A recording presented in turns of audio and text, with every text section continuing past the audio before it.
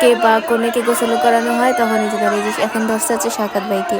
সাকাত ভাইয়ের কোলে বাবু ছিল, ওকে সরাইয়া এই যে ওনাকে নিয়ে এই যে স্যাসটা নিয়ে দিছে। সাকাত ভাইকে মনে একটু বেশি স্যাসরাইলো। জুয়েল ভাইকে ধরছে, দইরা এই যে দিচ্ছে।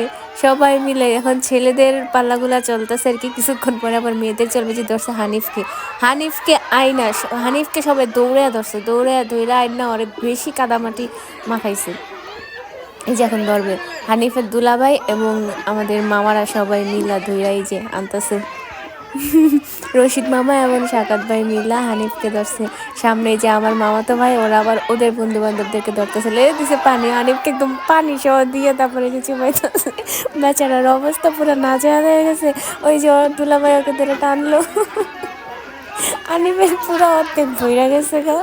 এর মধ্যে এখন শুরু হবে হচ্ছে মেয়েদেরকে ধরা। এই যে এখন এই যে শামীম মামা যাচ্ছে, মামি ওনাদেরকে দইরা বের করবে।